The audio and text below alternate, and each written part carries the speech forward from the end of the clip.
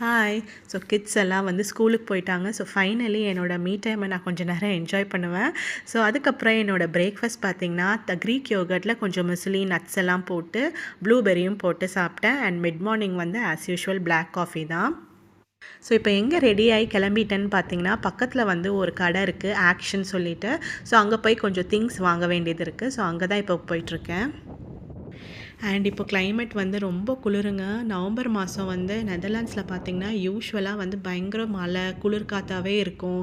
வெயிலும் இருக்காது. நமக்கு வந்து ரொம்ப கடுப்பாகவே இருக்கும். ஒரு மாதிரி அந்த வின்டர் டிப்ரெஷன் வந்து எனக்கு ரொம்ப அதிகமாகவே இருக்குங்க. ஸோ அந்த மாதிரி டைமில் வந்து இந்த மாதிரி வெளியில் போகிறது வந்து ஒரு ரியல் வந்து நமக்கு ஒரு செல்ஃப் கேர் மாதிரி.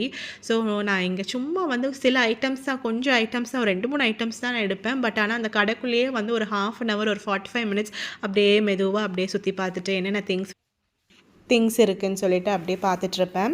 அண்ட் இந்த கடை வந்து ரொம்ப அஃபோர்டபுள் ப்ரைஸு. மற்ற கடை கம்பேர் பண்ணால் இங்கே கிராசரிஸ் தவிர இந்த மாதிரி கப்ஸு, இந்த ஸ்டோரேஜ் பாக்ஸு, அதுக்கப்புறம் இந்த குட்டி குட்டி வீட்டில் ஹோம் டெக்கர் ஐட்டம்ஸ் எல்லாமே இங்கே ரொம்ப நல்லாயிருக்கும். சீசன் வைஸ் வந்து இங்கே வந்து சேல் பண்ணுவாங்க.